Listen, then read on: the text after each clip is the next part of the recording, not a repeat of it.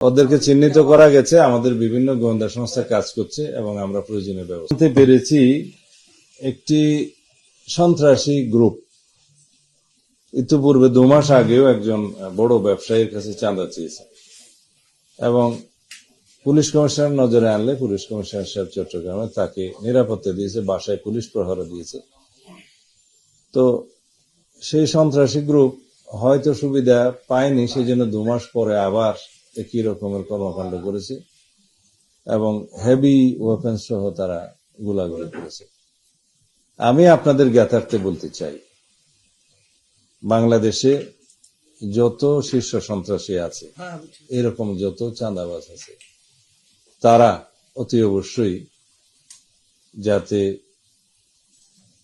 আইনের আওতায় আসে, ধৃত হয়, সেই ব্যবস্থা আমরা খুব দ্রুত নেব। আমি আমাদের পরিকল্পনাটা এখানে এখনই ফাঁস করতে চাই না, এই বিষয়ে আমরা অত্যন্ত কঠোর। ওদেরকে চিহ্নিত করা গেছে, আমাদের বিভিন্ন গোয়েন্দা সংস্থা কাজ করছে এবং আমরা প্রয়োজনীয় ব্যবস্থা তাদেরকে চিহ্নিত করে আইনের আওতায় নিয়ে আসেন,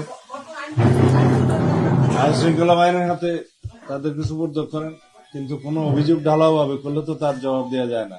এখন আইন শৃঙ্খলা পরিস্থিতি উন্নয়নের চেষ্টা করছে, আগের তুলনায় অনেক ভালো। একটা রাজনৈতিক সরকার প্রতিষ্ঠিত হলে স্থিতিশীলতা আসে, মানুষের মনে একটা শান্তি আসে এবং নিশ্চয়তা আসে। তো সেই জন্য এই আবহাওয়ার কারণেই আইন শৃঙ্খলা পরিস্থিতি আগের থেকে অনেক ভালো দৃশ্যমান।